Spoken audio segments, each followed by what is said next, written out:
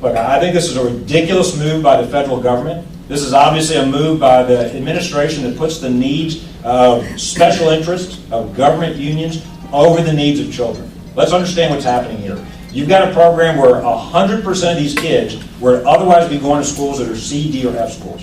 100% of these kids are low-income in low-income families. 100% of these parents chose to send their kids to schools that were a better fit for those children.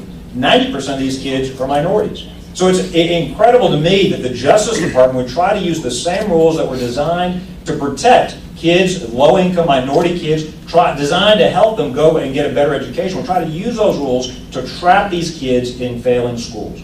To me, every child in Louisiana, every child in America deserves a great education. Well over 90% of the parents are satisfied with the program. It's a program with better academic results, lower costs for the taxpayers. This is another example of the federal government trying to tell Louisiana they know best. One size fits all. We saw this during the oil spill. We saw this during the hurricane response. It didn't work then. It's not going to work now.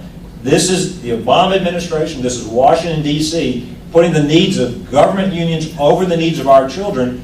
I want those parents to know we're going to fight very hard. We're going to do everything we can to make sure that they get to continue to choose to send their kids to the best schools for their child. Every child learns differently. Every child should have the opportunity to get a great education. I really do think this is a huge, huge challenge, not only for our state, but for our country, if we really believe in equal opportunity in education. Let's give every child the chance to have a great education. It is just, you can tell I'm angry about this. It is just frustrating to me that the Justice Department would try to stop. I want them to look in the faces of those mothers and those children that are getting 8,000 kids escaping failing schools to get a great education, to get a better education for them. They need to look in the faces of those parents and try to explain to them why in the world that they want to kowtow to special interests and unions and force them back into failing schools.